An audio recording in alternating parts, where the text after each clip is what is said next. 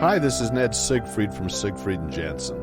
As proud sponsors of BeliefCast, we hope you are inspired by Todd's weekly podcasts, which contain so many courageous stories of recovery and personal growth. Remember, it's not what happened in the past that matters, it's what happens in the future. We invite you all to work hard and be optimistic about your future. Enjoy today's podcast. Welcome back, everybody. This is Todd Sylvester with the Todd Inspires BeliefCast. Thank you once again for tuning in. I want to thank all of you for believing in me and supporting this cause. It's amazing of the feedback that I continually get. And it's not me, it's not because of me, it's because of these amazing guests that I bring on all the time. It's like I'm the lucky one. I get to sit here firsthand and to hear them right face to face. But thank you for listening. Thank you for sharing. I want to give a shout out to my sponsors, Siegfried and Jensen, Wasatch Recovery. You guys are amazing. Thank you for supporting this as well. It means the world to me. And today we're in for a treat, guys. We have Cynthia Covey Haller. Thank you for joining us, Cynthia. Thanks for having me, Todd. I'm excited to be here. And if you don't recognize the name, I might wonder where you've been living. But she's the daughter of the late Stephen R. Covey, who wrote the 7 Habits of Highly Effective People. He's famous for that. He's famous for a lot of other things too. But I think what I'm most impressed is just kind of how he lived his everyday life. And I got to learn a little bit more about that from your book. But Cynthia, a little background on Cynthia. She's an author of Live Your Life in Crescendo, which we're going to talk a lot about today. She's a teacher, speaker. She graduated from BYU. She married Cameron, right? And she has 6 children. Yes. And I'm hoping I'm getting this right. 21 grandchildren. 21 Is that correct? Grandchildren with twins and another little baby to come. So we'll have 24 by August. Wow! Congratulations. Thanks. That is amazing. We're excited. That is I have 2 grandchildren, and that keeps us busy. I can't imagine 21. It's pretty crazy, but it's fun. Yeah. And, so, I want to make this about Cynthia today. We want to get to know her because, we obviously know a lot about her dad, a lot of us, but, and we're going to talk a little bit about him too, but I want people to get to know you, Cynthia, because you live in an amazing life as well. You've been through some things, and you're doing some great things as well with your work, and your words are amazing. You're an excellent writer. You know how to tell a story. And so why don't we start with just, kind of growing up, and, you wanted to mention maybe a story that happened in San Francisco. Yeah, that's great. Well, I'm really happy to be on this podcast with you, Todd. And thank you. And I'm the oldest of 9. I'm known affectionately, I hope, as the mother hen. Oh, yeah. You got to keep everyone in line. That's right, especially since both my parents have passed. Yeah. And I had I'm blessed that I had a wonderful childhood. I'm grateful for that. I know everyone doesn't have that. And I that's why I feel like I need to share and give back, because I was really blessed. It was a wild, we had 9 kids, and my mom had her last one when I was 22 and a half. So there was a big span, but we were a normal family that had ups and downs, and enjoyed being with each other, and had, fights and different things too, just kind of going through our life's journey. But my parents really tried more than anything to live what they taught and what they believed. This is a BeliefCast program, and they had strong beliefs, and they taught those to us. And they weren't perfect, but they did everything they could to try to live up to that and teach us their beliefs. So, we had people say, well, there was 9 kids. How did y'all get attention, and how did that work out? Right. But we all felt like we had a good relationship with both of our parents that they worked at, that they had to plan ahead and make time for. And I was just going to share something I wrote in Live Life in Crescendo, a story that when I look back on my childhood, it kind of stands out and was kind of foundational for me going through my life. And that was when my father invited me to go to San Francisco with him when he was giving a speech, a presentation. And he would periodically invite different kids. And I was the oldest, so I was the first to do this. You got to do it first, yeah. And so part of the fun was planning it way ahead. And we planned literally 2 or 3 months ahead. And we talked about all the details, everything we were going to do, down to what we would eat. And we had planned that. He said, "Oh, you've heard my talks. Don't come to my presentation. Just go hang out at the pool and enjoy the hotel. And then come at the very end, meet me at the back, and we'll go ride on the trolley cars." And that was the big thrill that I'd heard about, these magical trolley cars. Oh, yeah. Would ride. You've been to San Francisco, right? Yeah, I went there on my wife and I went on our honeymoon there. Oh, yeah. It's awesome. It's Great amazing. city. And going up and down, he told us about how these magical trolley cars could go up and down these hills all over. And so we were going to do that. And then we would go over to, then we'd go shopping in some of these amazing department stores that were so big. And then we would go to Chinatown. We both love Chinese food. So we had planned to go to get some authentic Chinese food. And then we'd take a taxi back to the hotel just in time to go swimming before they closed it, which he loved to do. And then we'd order a room service, hot fudge sundae, some treats, and watch a movie before we'd, go to bed. So it was just, for a 12-year-old, this was magical. And we were looking forward to it for a long time.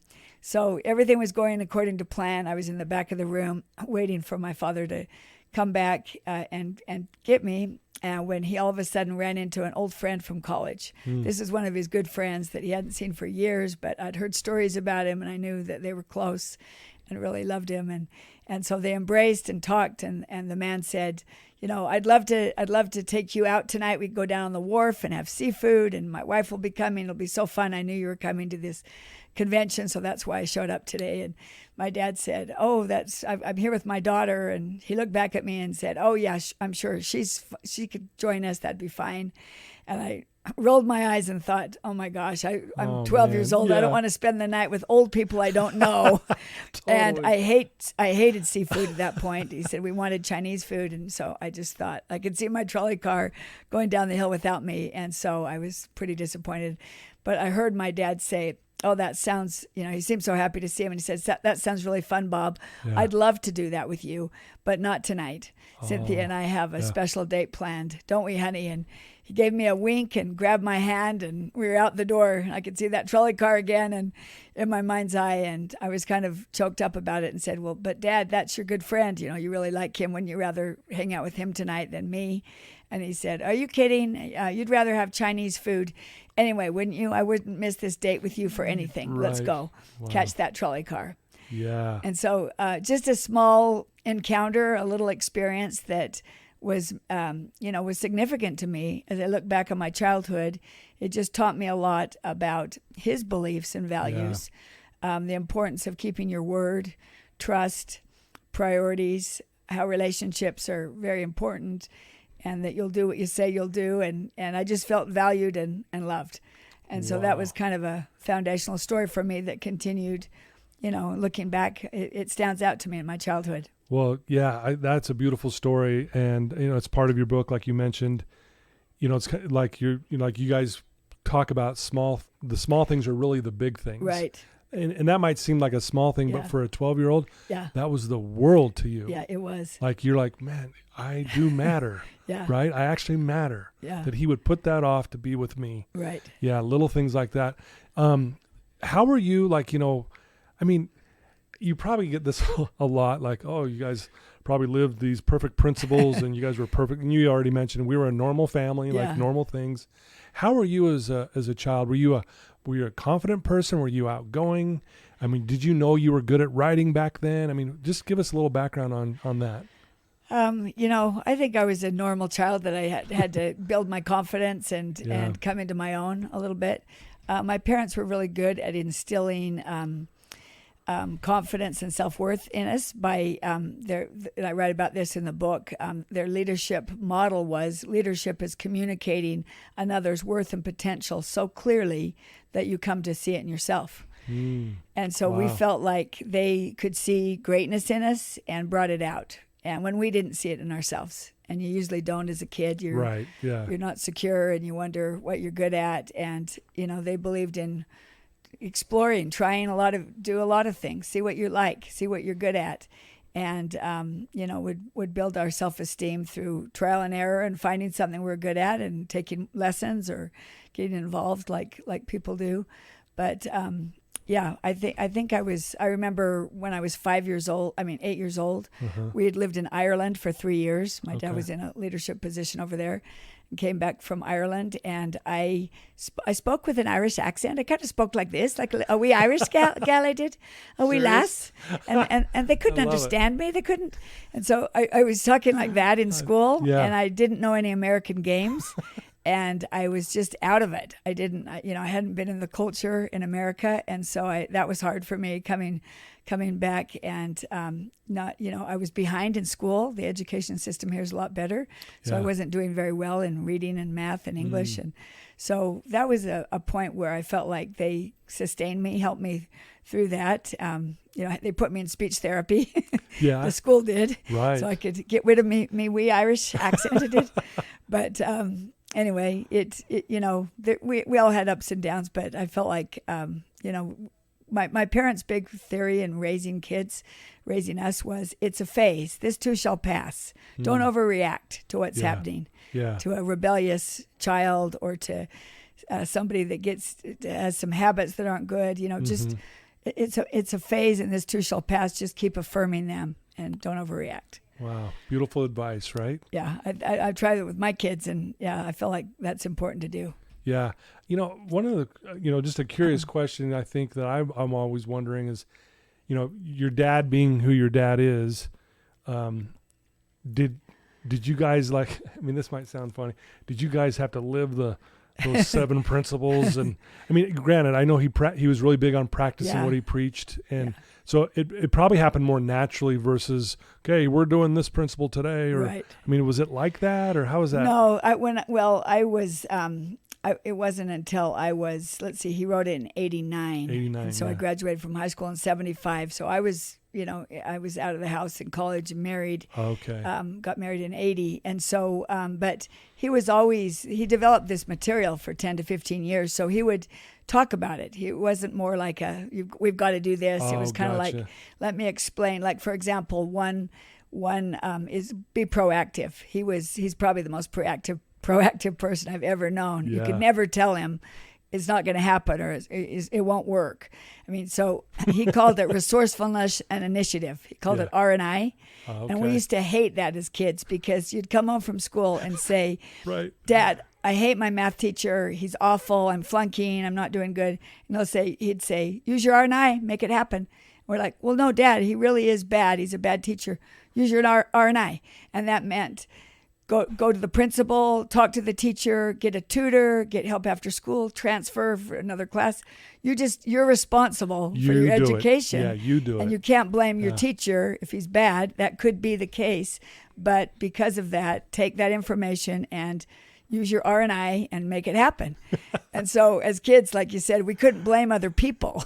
Yeah. And we kind of joked that we had a balanced parenthood there because our mom would let us blame others. Yeah. She'd say, oh, that dumb teacher. You're right. That makes me mad. I should call down there or something. And my dad would make us take responsibility. So if you wanted your heart massaged, you went to my mom. If you wanted the truth, you'd go to my dad. Exactly. But that R&I, I taught that to my kids, and they hated it while they were growing up too. But it's and this is the case in your podcast and with people that are overcoming addictions, have trouble with a job, employment, or going through hard times or a divorce or something. You just have to use your R&I and make it happen for yourself because no one else is going to. Yeah. You got to be proactive. Yeah. Wow. That's powerful. And I could see why his kids would be like, oh no, I want you to Can't blame others. Can't blame others. But think about that lesson, how powerful that is. I know in my own addiction and when I was trying to overcome it, I was pointing fingers and blaming people, things, whatever. Right. It was everyone else's fault but mine. And luckily I had a mentor who told me, hey, when are you going to finally take accountability? Take responsibility for yourself, And that's when my life changed, when I finally go, oh, I'm in charge? Yeah. I don't have to, I don't have to wait for the sorry over here from this person or that person. No, you can change now. And it was a really, powerful lesson that I had to learn the hard way, unfortunately. But I love that you got taught that at a young age. Yeah. All of us are very proactive. We don't struggle in taking initiative and making something happen because that was part of our makeup. And that was just taught naturally. Yeah. Is there any other principle? There's a lot that stands out to you that really, you looking back on your childhood even, like that you learned as well. It's like, man, this is one that I really live by and I teach my own children these things. Yeah. Well, another habit, begin with the end in mind. You know, my dad and mom were both very goal oriented. We would plan ahead, and he would plan like 2 years ahead because of his busy schedule. So, he was very busy, but he didn't miss important things because he would schedule it. He'd call the school and get the calendar and schedule things ahead so he could make the football games and make the plays and make the activities as far out as they would. Most people would say, we don't schedule 2 years ahead. What are you talking about? I'm planning ahead. But he loved Tom Peters' quote, I'm just forgetting it for a second. It's all good. Let's see, Todd, this is one where we're going to have to stop. Let's see. No, we're good. This is normal. We're human. Let's do this. It's right at the beginning of the book. Predict your future. You got to create. So he, one of the big things he taught was Tom Peters' quote. If you want to predict your, create your future. Let's see, what is it? Yeah. It's right at the beginning. Yeah, the best way to predict your future is to create it. Yeah. Okay, I'll start over. Oh, you're good. So he taught, one of the principles he taught is the best way to predict your future is to create it. And that's actually a quote by Tom Peters. It's also, if you Google it, Abraham Lincoln will show up on that one too. So yeah. I don't know.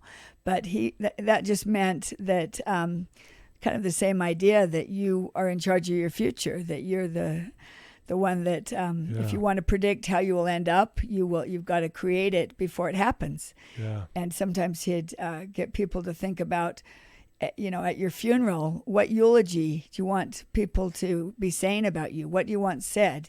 What do you want to be remembered for? Yeah. What's your legacy? Or what characteristics do you want to be known for at the end of your life? Identify those now and then create it and go about bringing them about. Yeah, I love that. Now, before we get into some of the things I want to get to in your book, you brought up the word legacy, and I know that was big in your family, big with your dad. I've learned some things, I think, from your dad about legacy, but I'd love to hear your thoughts on that. What does that mean? Like if someone listening is like, what does it mean to leave a legacy, and how do you do that, and what does that mean? That's a great question. Legacy is a powerful word, isn't it? Mm-hmm. And I think we were taught that it's what you leave behind, what contributions you want to make, what you want to not only be remembered for, but what can you do that will enlighten and bring out greatness in other people, that will help and lift others. Your legacy that, it's kind of, whenever you go to a funeral, it's always a little shocking that this person, maybe they were wealthy or maybe they had a lot of prestige or they were famous or something, but it's just them in the coffin. There's nothing, there's no titles in there, there's no property, there's no money, there's no prestige. Yeah. It's whatever, their legacy is what the relationships they had, the character that they were during their life, how that contributed to the life of others, and the legacy that will go on even though this person is passed. Like my father, still the ideas and principles that are true will continue on and help other people. And I think that's a legacy. What follows you? What follows you when you're gone, maybe. Yeah, beautifully said. And I think I've often thought that in order also to leave a legacy, I have to put my story down. I need to write it down. For sure. So 100 years from now, someone can read my story, right? Right. Your dad's writings, your writings are going to be here forever. So someone can read this 100 years from now still and get something from it. That to me, in a way is legacy. I think so too. Right? We're always told, keep a journal, write down your thoughts, and don't necessarily write down, I went to school, I went to work, I did this or that. Write down your feelings and your beliefs. And that is a legacy so that your posterity can pick it up and say, this represents my ancestor. Yeah. And that would continue on because of that. Well, thanks for sharing that. So I have a bunch of questions about your book, but let's talk for our listeners who maybe don't know the background of, I think you started this back in 2008. 2008, and talk about how what you and your dad were thinking and why you came up with the title, and then what happened, after your dad had passed, and just kind of take us through that. I'd be happy to. Well, clear back in 2008, I was talking to him about he was just saying how many projects and book projects and ideas he had that he was trying to organize and get out. Yeah. And I foolishly made the mistake of saying, well, but Dad, are you going to ever write anything as good as the 7 Habits or as big as the 7 Habits? And I think it kind of insulted him. He said, well, I wrote that in 1989, and I'm glad that it inspires people, but why do I get up every day if I don't have more to contribute? If I can't still come up with great ideas and principles that can be taught, and the 7 Habits is maybe the foundation, but I still have important work ahead of me to contribute. Yeah. And one of these was his personal mission statement, the last 10 years of his life, was live life in crescendo. And that meant a lot to him, particularly as he started getting older, and people would say, wow, how long are you going to be speaking, Steve? You're still writing, you're still speaking, you're in your 70s. Yeah. And he thought, why would I quit? Yeah, right. He said, I still have passion for my work. I still feel like I'm making a contribution. I'd like to make a contribution. I still have ideas and things. So, I still have important work ahead of me to contribute. And so his mortality became a little more visual to him when people would ask that. And so he decided he loved the idea of living in crescendo. And so he said to me, how about if you take this idea, and because I'm involved in so many other book projects and things, why don't you interview me? I'll give you some ideas, and then you go for it and he wanted this book to be a little different than some of the other Covey books. He wanted it to be filled with examples of people who live in crescendo, some that are famous and some that are not well known. Yeah. And so just to explain a little bit about the musical term, and people always say, your family must have been musical, but nobody was good at music but my mom. My mom had a beautiful singing voice and actually sang in the Tabernacle Choir as the youngest member when she was 17. Oh, wow. 17. 17 years old. That's impressive. It might be the record, the youngest. I think so, yeah. And then when my dad would speak, he would have her sing a lot of times if she'd accompany him. Yeah. But crescendo, as you know, is a musical symbol that means that if you've been to a concert and you hear a crescendo, it builds in strength and power, majesty. It's incredible to hear it. It keeps expanding and keeps going on, and it builds the momentum. Where the opposite symbol, diminuendo, the symbol is that it starts out loud, but then it lessens in energy and power. And it slowly fades, and it comes to an end. It completely stops. Okay. And so the challenge in this book and what it's talking about is that live life from crescendo. Your most important work is always ahead of you. And that subtitle is as important as the title. For sure, yeah. Because it means that, you're going along, and maybe you've been successful, maybe you haven't. But what are you going to do next? You still have important things to accomplish. Gotcha. Well, yeah, because you said, your dad wrote that book, 7 Habits, back in 89. Right. And it was so successful, he could have just been like, well, I guess I'll retire. But yeah, he had so much more to do, and he learned as he went along, and he shared, and he gave away his gift like you talk a lot about. And well, the 8th habit, find your gift and find your voice and help others find theirs. Yeah. First things first, principle-centered leadership, a lot of other contributions. But he felt as strongly about this crescendo mentality material as he did the 7 habits. Yeah. Well, there's a lot of beautiful quotes in this book, and one that really stood out to me because it means a lot to me, because I feel like I'm hoping I'm doing this with my life, but it said, it's Pablo Picasso. Yeah. The meaning of life is to find your gift. The purpose of life is to give it away. It's an incredible quote, isn't it? It's so profound and so simple, but yet so big. I don't know how, Yeah. The meaning of life is to find your gift. And so that's, why we're here on earth, I guess, that we've got to find what we're good at. We all have, my father would challenge people to find your unique gift. And he loved Viktor Frankl, and Frankl would say, you don't invent your gifts, you detect them, which is kind of interesting. You detect them within yourself, and then you bring them out. So he would ask people, what are you good at? What do you like? What passions do you have? Mm-hmm. How can you use this as, to bless? The purpose of life is to give it away, to bless other people. Yeah. Well, you have a chapter in here called Find Your Why, where you do quote a lot of Victor and stuff that he quoted in his book, Man's Search for Meaning. One of the quotes, again, and I know we're going to talk more about the depth of this book, but you also have a quote in here by Helen Keller. And I wanted it, I literally wrote "wow" next to it. And here's what it says, what Helen said. "I thank God for my handicaps, for through them I have found myself, my work, and my God." Holy moly. Yeah. What is that?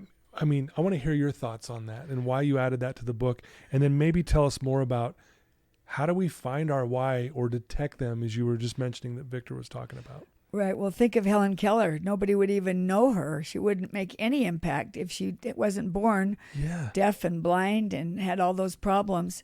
And so, at first we all know the story with Anne Sullivan, how she fought her and, she just was like an animal, she wasn't controlled. And pretty soon she taught her how to listen to herself and to use her gifts. And she says at first it was a handicap, but later it became a blessing because people would see her and what she was doing with her life and think, gosh, I can see and hear, I can do something. And so finding our own unique gifts, I think you've got to be real introspective. And we talk in the book about being silent within yourself, listening to your conscience about what you feel passionately about or what you feel like you're good at.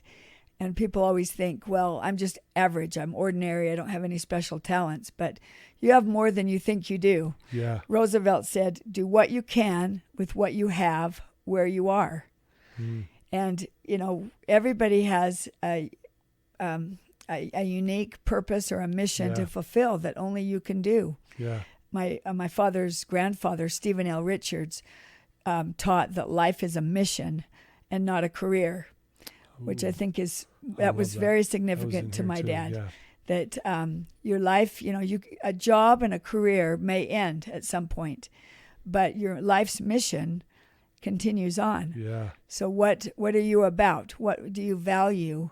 And then we talk a lot about in the book about identifying your major roles, the most important roles in your life, and that's success, being successful in your most important roles, and that may help you find your life's mission. Yeah, and you talk a lot about being a catalyst for good, being there, make a difference in people's lives, that kind of thing.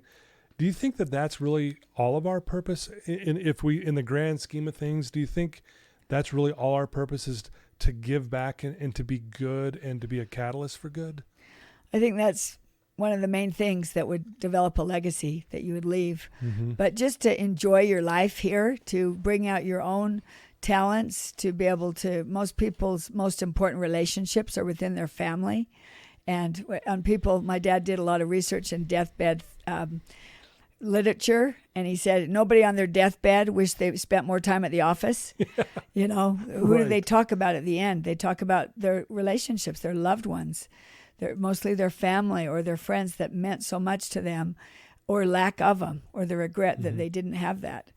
So I think I've heard something similar to that, like, on your deathbed, you're like, I wish I would have spent more time at work and this and that. It usually comes back down to your family and the people who are closest to you. I wish I spent more time. And, and I love what you said early on in this interview here, that how you really admired your dad because he practiced what he preached. He tried to. And everyone has different missions. Some are, you read about someone like Christopher Reeve, who, was paralyzed after, he was Superman and had such a great story of fame. And then all of a sudden he's in a wheelchair and he has other gifts that come out because of that. Julie Andrews, for example, lost her voice. She had throat cancer and was operated on and couldn't sing after, when she's in her almost 60, and she's maybe 55, in her 50s. And she said she lost her identity at first because this was what she did. She sang. And then it forced her, like Helen Keller, to develop other inner talents and other things that she had. And she ended up writing children's books with her daughter that became New York Times bestsellers. The very Fairy Princess series, apparently, that she's written. And so people think, I can't do everything. You can do something. Sure. I'm thinking of Pamela Atkinson, who's a great advocate here in the state of Utah Absolutely. for the homeless. Yeah. And she was giving a lecture one time about how we can all do something to help someone else, even if it's small, and it'll make a difference. Yeah. And a woman in her late 70s, maybe early 80s, raised her hand and said, I'd like to disagree with that. I'm in my late 70s. I have a limited income. I can't get out. How could I possibly make a difference to someone else? And Pamela thought for a minute and said, could you donate 1 can of soup every week to the food bank? And she said, yes, I could do that. She said, imagine a mother warming up a large can of soup for her children, feeding her kids so that they go to bed, they're not hungry because of you. Do you think that'd make a difference? And she said, yeah, I think it would. And for the next few years, every week she donated 1 can of soup, which turned out to be hundreds of meals for needy people. Wow. So it doesn't have to be grandiose to make a difference. It doesn't. And that lady was probably like, oh, I never looked at it that way, right? Again, that's this, again, small things are the big things, actually. Right. They really, truly are. Man, there's so many questions. One of the things, I mean, you've been through a lot, your mom passed, your dad passed, and then your brother had a daughter who had passed. Right. This and that was pretty close to when your dad had passed, if I remember right, couple 2 months later. 2 months, yeah. Uh-huh. And you said something in your book. You said God always has purpose behind what's happening. So do you mind sharing, like, what do you mean by that? If someone's like, well, really, how is that even possible? And then talk about, if you're okay, what happened with your brother and his daughter. No, it was be good. Like I said, we're a normal family with everyone. We have ups and downs and struggles and disappointments. And we had, in my book, we talk about 3 major things that happened toward, that, were just recent. They happened pretty close together that were pretty life-changing, big setbacks. And the third one, it was both my parents' kind of health issues. And then the third one was my brother Sean's, my niece's, Rachel, and she passed away at 21 from effects of depression. Yeah. And so my brother and his wife, she'd struggled her whole life with depression, and they were incredible. They decided that they would talk about it in the obituary, that they would say that she died from depression so people would know what had happened. Exactly, yeah. And not bring, to take away the stigma. Yeah. And people came to them and said, oh, I'm so grateful you said that. I struggle with depression, or my daughter does, or my family died in the same way. And it opened up some healing paths. And then somebody told my brother, well-meaning, but just said, I'm sorry to tell you this, Sean, but you're always going to have a hole in your heart because of the loss of Rachel. Yeah. And that really bothered him. He thought, you know what? I don't want to have a hole in my heart. I want to grow a muscle there. Ooh. And he finally decided that with this tragedy and losing her in this way, that he could react 3 ways. He could let it destroy him and his family. It could define him. It could define him, destroy him, or it could strengthen him. And they decided to let it strengthen them. Dang. And so Rachel had a great love for horses, and this was what she kind of said to her dad and mom when she did these 25-mile endurance races on horses. Dang. And she said, I found my voice. Yeah. This is what I love. This is what I'm good at and I can do. And so when she passed away, some friends came to them and said, do you know that Rachel took me riding when I was really discouraged, that I also suffer from anxiety and from some depression and different problems. And she took me riding, and it really helped me. I found a lot of solace in doing that. And so they decided to take that and start a nonprofit foundation called Bridle Up Hope, which the whole goal is to help girls like Rachel who would be struggling with their self-esteem, with their they might have an addiction, they might be abused or have trauma, and they wanted to offer this 14-week program to girls to help build their mission is to build their purpose is to help young girls who are struggling with I got to start over here. No, you're good. Okay.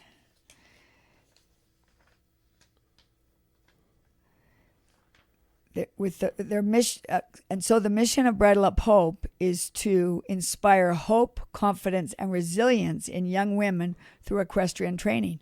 Gotcha. And so it's been 10 years since they started this, and now over 1,000 girls have gone through this program, and 95% of their parents have said it's been life-changing for them. Jeez, that's amazing. It's an incredible, beautiful facility. It's in Alpine. It's a nonprofit. There's 3 components. The first is the equestrian training. There's a lot of healing and therapy with horses, working with horses. And then the second part is teaching life skills. And my brother, Sean, wrote 7 Habits of Highly Effective Teens. Yeah. Which I've takes read that my dad's. Too. It's good. It takes my dad's 7 habits and applies it to teenagers. And then the third component is service. And then they've found that getting them to serve, maybe mucking out the stalls, helping do other things, even developing some of their talents with yoga or art or something can help a lot too. And so with those 3 components, they have really changed the lives of over 1,000 girls so far. And so that's an example of... That's amazing. They could have chosen to shut down, to live in diminuendo, to feel sorry for themselves, to think we'll never be happy again, we'll always have this hole, or to live in Crescendo and, bless other people through what happened to them. Wow. So it's a great example to our whole family. Beautiful. And what stood out to me is the response. I mean, when that neighbor said that to him, you're always going to have a hole in your heart. But to say, no, I'm going to actually create a muscle there. Yeah. And I think that actually makes it even more honoring to those who have passed if we did something like that versus, because I work with a lot of people who have lost loved ones, and that's one of the reasons why they turn to drugs and alcohol.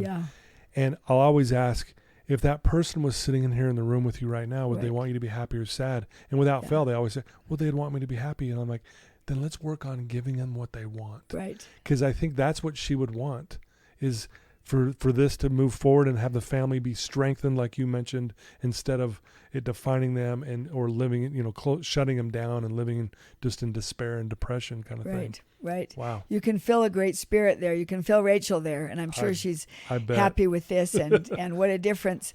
Kind of what another one of their themes is from Christopher Reeve. Once you choose hope, anything is possible.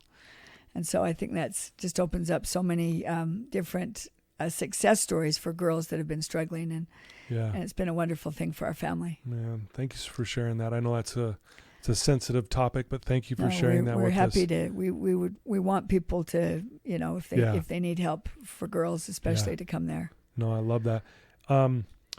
So, I mean, there's so much good in this book. Is there something that stands out to you in this book here that you guys have written that means more to you? Like this is my favorite part, or is it just the whole thing in general? I mean, just curious on if there's anything else about this book that just stands out for you. Well, living life in Crescendo, the challenge is to do it in every phase of life and at every age and stage. And so we identify 4 different stages. And one is the midlife stage, when sometimes you feel like, gosh, I'm 50 years old, or I'm 60, I'm 70. I'm not very successful. I'm not where I thought I was going to be. Am I really a success? Kind of like George Bailey did in A Wonderful Life. He didn't think he was successful. Yeah, he's like, he didn't travel. He didn't become an architect. He didn't do all these things. But yet, when he was gone in that movie, when they took him out of it, you saw how the town fell apart. And he realized, the angel says to him, you actually did have a wonderful life. It's strange how your life touched so many other people. So he actually was very successful. Yeah. He didn't know it. And another part that we talk about is the pinnacle of success. Someone like a Jimmy Carter, who was the president of the United States. You think, well, you can't get any higher than that. Right. But yet he didn't get reelected, and he didn't have a very successful presidency. So instead of just, doing his library and giving expensive speeches, talk about living in Crescendo. I mean, what do you think of when you think of Jimmy Carter? Yeah, you're aging me here. I'm not sure. Yeah. Okay, I could just say Jimmy Carter was known for Habitat for Humanity. Oh, that's right. Yeah. Building homes, for the Carter Peace Center, for being a peacemaker, for all these things that he contributed since his presidency. So it really was true. His greatest work was still ahead of him. Was still ahead. Even though so regardless if you've had failures in the past or you've had successes, you still have important work. Whatever's ahead of you is the most important because it is ahead of you. Yeah, I love that. And then I think if you said a favorite part, I'm really inspired by when people face life-changing experiences like Elizabeth Smart or Nelson Mandela. Yeah. Things that are really hard that you think, how can you go on? How they chose to live in Crescendo, how they emerged out of that, and what their life is, how it's expanded since then. Yes. Elizabeth Smart in our own state. I mean, she's not a victim. She's married. She's got 3 kids. She served a mission for her church. She is the advocate for people that, a beacon of hope for those who are kidnapped. She's got Elizabeth Smart Foundation. She could have very well have curled up in a ball and no one would have blamed her for what happened to her. Yeah. So I think the highlight in the book to me is how people respond to really hard circumstances, worse than I've ever been in or heard about. Yeah. And how they've come out on top. And then the last part of the book is about the second half of life. Yep. A lot of times people think, well, I'm retired, like my dad writing that book. It's like, maybe I'll just go to Miami or, sit and enjoy my home and travel and do what I want and not contribute anymore. Yeah. So whether, in the last part of your life, my dad didn't like the retirement word, the R word, because he saw it as sometimes people would stop contributing. He said you can retire from a job or a career, but never retire from making extremely meaningful contributions. Yeah, back to your life as a mission. Right, life is a mission, not a career. Yeah, keep going on. So if the career or job ends, what are you going to do next? Yeah. You're in the position where you've got more money than you've ever had, probably. Yeah. You've got more connections, more wisdom, more experience than you've ever had. So what are you going to do with it? What are you going to do? How are you going to bless others? Yeah, I love that. That's beautiful. Another amazing quote that hit me that I've never heard before is by Victor Hugo. Nothing is more powerful than an idea whose time has come. Yeah. What does that mean, do you think? What does that mean? We were taught in our home that nothing is more powerful than a true principle or a great idea. Yeah. And how, like you say, legacy, how those live on.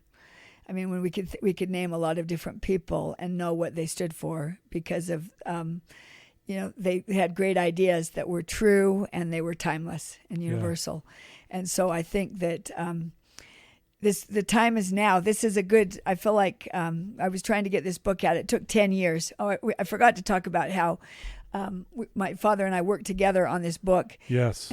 Yeah. And then he passed away unexpectedly, too early. And so I finished it, but it took 10 years.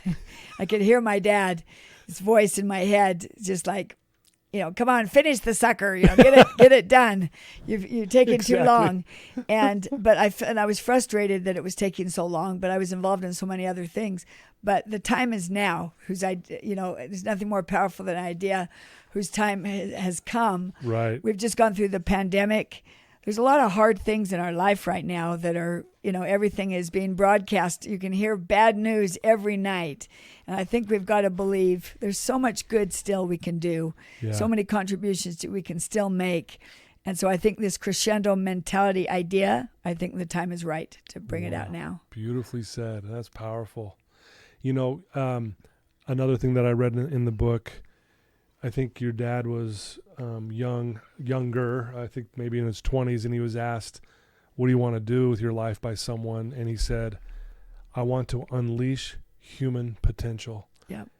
And I want to put it on record. I'm going to steal that because that's what I'm trying to do too. That's what I want to unleash human potential because we can do so much. And like you said, all the stories in here and the people you've mentioned who have overcome some of the most horrific things. Right. Elizabeth Smart, if she was, strung out on drugs, depressed in a room under a bed, we wouldn't even understand. We would get it. Yeah. But yet she rises above that. It's just a beautiful thing, and just the potential that we all have in us and the power that we can do anything. Well, you're doing that, Todd. Sorry. You're good. I've been making her talk a lot, so now she's got to take some water. Sorry, excuse me. you said that, I mean, you've turned a career into a mission. Yeah. I mean, you had an experience. You talked about how you were on drugs for 10 years when you were younger, and that could have been the end of you too. Yeah. But yet, because of your experience, and you've continued to talk about it with others and to share what you learned, it's changing lives. And so we always have the choice. Am I going to live in Crescendo or diminuendo? What are my options here? Yeah. And you might feel like, you have very few, but you always have a choice. And you can do so much good through your unique mission. And it doesn't have to be, like I said, one man I read about in the paper, he was older and he was retired and at home, but he was known as the bike man because he believed every kid should have a bike. And if they didn't have one, they would come to him. He'd fix up an old one. He'd get one. Somehow he'd get him a bike. Wow. And the legacy to him at the end of his life was his funeral. All the children rode bikes to his funeral. And there was a picture taken of bikes lined up against the church where his funeral was as a tribute and legacy to this man of the bike man who cared one kid at a time and one bike at a time to make a difference. So we don't have to do extraordinary things to make an extraordinary difference. Thanks for sharing that. That chokes me up a little bit. That's so powerful. Yeah, I think sometimes people might even think, I want to be as popular and as big as Stephen Covey was, but again, it's these, like you guys preach. It's the small things that are actually the big things. Right. And if it's a small thing to fix up a bike for someone, but yet the joy and the big things they brought to that what person. What does to a 10-year-old who didn't have a bike. Changes their whole world, right? The world has changed because of the bike. Right. And what a contribution. Yeah, what a contribution. I have a couple other questions, if that's okay. Oh, that's great. You quote Henry David Thoreau about sucking the marrow out of life. That was one of my dad's favorite quotes. He would yell whenever we had a great opportunity in front of us, like we're going on a semester abroad, or you're starting a new job, or you're trying out for a team. He would yell, "Suck the marrow out of life." That means just take advantage of all you can. Do everything you can in life. Enjoy it and learn everything. Yeah. And that's the Crescendo mentality: exactly. is growing and learning, recreating yourself, starting over if you need to. I love that. And I think it's appropriate. I want to read the quote for everyone listening because this hit me so hard. Here's how the quote goes. I went to the woods because I wished to live deliberately, to front only the essential facts of life and see if I could not learn what it had to teach, and not, when I came to die, discover that I had not lived. I do not wish to live what was not life. Living is so dear. I want to live deep and suck the marrow out of life. It's beautiful, isn't it? Henry David Thoreau. Yeah, very powerful. Yeah, suck the marrow out of life, which I interpret is, do all you can with what you have. Like Roosevelt said, learn and grow. I've got friends that are in their 60s that have gone back to school. One that learned piano, one that's taking calculus at 62 and, wants her degree, and learning a language, and, volunteering at places at charities, helping with refugee needs. Right. There's so much to do, and sucking the marrow out of life. It's exciting. It's a wonderful world, depending on how you look at it and how you approach it. Yeah. A lot of hard things, but we can choose to let that weigh us down and give up. But your podcast is about inspiring hope. Yeah. That things will get better, and now isn't forever. If you have an addiction, or you've just gone through a divorce, if you're struggling financially, if you have health needs, believe that you still have important things ahead and good things ahead to come. And as you seek them and look for them, they will come. They'll follow you. Yeah. Wow. Thank you. If there's someone listening to you right now who's struggling, they're maybe in that dark place, and you've already shared some amazing things. That one person right now who's struggling, listening to your voice right now, what would you tell them? What my brother learned: don't let your struggles destroy you, define you, label you. Let it strengthen you.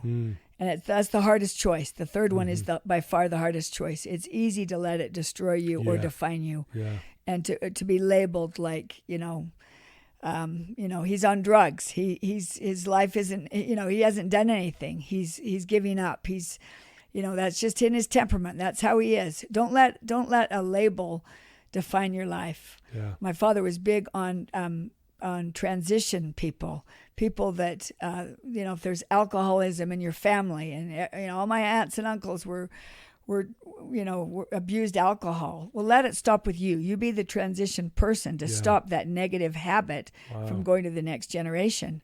I don't know if have you bought Dave's Killer Bread before? Oh yeah. And I know his story. Yeah. It's healthy bread that's really good. And he was a 3-time, he said he called himself a 3-time loser, been to jail for 3 different times for 15 years. Yeah. He had depression and didn't know how to treat it, and he would over-medicate through these drugs. But when he came back, finally got out, his brother, who their family owned a bakery, and he gave him what he needed more than anything, a new start and a new vision of himself. Here's a job. You can have a job here. And so he developed this Dave's Killer Bread that has turned into be so popular and famous now. And now Dave hires felons. A third of his employees are convicted felons that have been released. It's amazing. And he says, if I don't, 75% of them will return to jail and repeat unless they have a second chance. So he talks about, I believe in second chances, like he was given. So I would say to a person who is discouraged and feel like, my life's falling apart with an addiction or with my family. I don't have a good relationship. I'm going through a divorce. Determine now, am I going to give into this, or am I going to let it strengthen me? Am I going to live in crescendo or diminuendo? And take those necessary steps. Use your R&I, your resourcefulness and initiative. There it is. And make it happen, even though it's super hard. Yeah. But you think of Nelson Mandela, who spent 27 years on Robben Island in South Africa, and he was released when he was 71. And you can imagine people would think, oh, that's too bad. His life's over. He's 71. What can he do? He gets out of jail, and he said, I knew if I didn't leave my bitterness behind, I would still be in prison. And he said, at 71, I felt like I was starting anew. And he started dismantling apartheid. 4 years later, he's elected the first black president of South Africa, and going on to change the face of South Africa and inspire the entire world. Wow. And so hopefully your situations aren't as bad as Elizabeth Smart and Nelson Mandela and Dave's Killer Bread and these people that are really going through hard times, and take control of it and just determine, I still have important contributions to make ahead of me. Wow. I'm going to do it. Beautifully said. Man, those words are powerful. What do you love most about your life? Oh, I love my family. That's what makes me happy. 6 kids and 21, going on 24 grandkids. And awesome. I love doing this right now. The book came out in September. Yeah. And I feel like my dad's off my back now, and he's happy because he felt like this was a hopeful, inspiring message that he wanted to get out. Yeah. That you can make a choice. The choice is really yours to how you're going to react to a circumstance, a bad setback, or getting older. What are you going to do with your time? Or, what are you going to do with a label? Are you going to transition? And so he wanted to get this out. So I'm excited. I've been on a lot of podcasts and doing some speaking. And that's awesome. Really making me happy because it's a hopeful, inspiring message that hopefully could change lives and make a difference. And that makes me happy. Yeah. Well, I'm honored that you would be willing to come on my podcast. It means so much to me. And you're pulled in so many different directions. But thank you for just your willingness to do this. I mean, I am inspired by what you're doing, Todd, with your podcast and with your work in recovery for addicts and for people that want a second chance and a new start. Yep. And what a better time at the start of a year, 2023. Yep. Don't let it define you or destroy you, but choose to let your challenges and your hardships strengthen you. and determine by the end of the year, look ahead, the end in mind is that you're going to be in a better place at the end of 2023, and you'll be happier, healthier, and maybe turning around and paying it forward for someone else. Wouldn't that be a great thing to lift somebody else up? Absolutely. What a beautiful thing. Well, if someone wants to get your book, or if they want to know more about your mission here and what you're trying to do, what would be the best way for them to do that? You know, it's just on Amazon, Live Life for Crescendo. Your most important work is always ahead of you. I have an Instagram, Cynthia Covey Haller, and I'm on LinkedIn. I mostly do LinkedIn. I'm not so great at social media, but I'm living in Crescendo and trying to do it. Yes.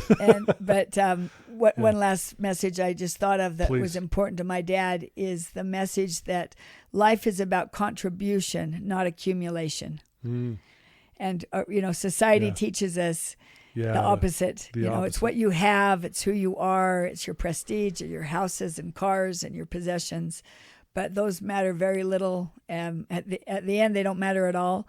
But life is really about contribution. And like Picasso said, that's where you will find your meaning and purpose if at the end you leave a legacy of contribution. And so that's I hope that could be the goal of people listening. Yeah, no, thank you.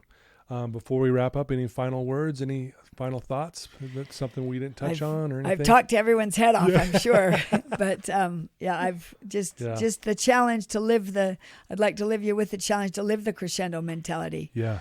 And when you're facing a setback or something that is challenging or that's disappointing, to determine right now, okay, where am I on that spectrum? Am I closer to crescendo or diminuendo? And move over to the crescendo area and determine that you're not down yet. You still have great things ahead of you, and really believe it, and it'll come about. Yeah, amen to that. That's beautiful. I believe it.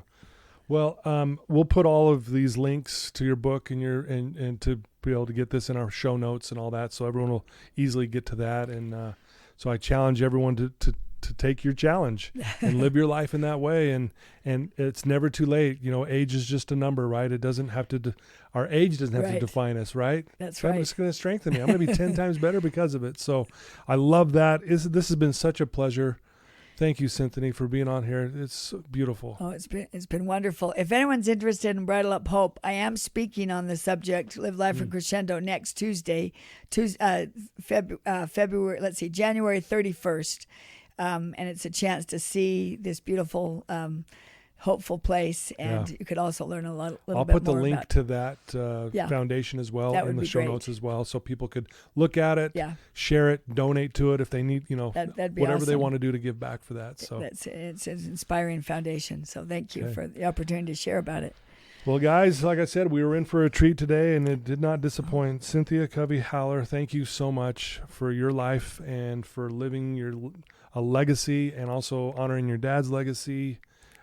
Your family has contributed so much good to this world, and we're all blessed to have you in it. And I'm glad to know you guys aren't perfect. And heavens no. But thank you for your, all that you're doing and for being here today. It really is truly my blessing to be sitting here with you today. Thanks, Todd. Thanks for having me as your guest. You betcha. Well, everyone, thank you so much for tuning in. Please share this with your family and friends. That would be awesome. If you have a son or a daughter who's maybe feeling stuck or is a little down, man, just listening to Cynthia here, just her voice and the things that she shared are powerful stuff. You can follow back up with them and be able to have a great conversation. So I can't wait for this to go live. I love you guys. And again, thank you to my sponsors for making this all possible. And till next time, everyone. Thanks again. Thanks, Todd. Good. Well, I hope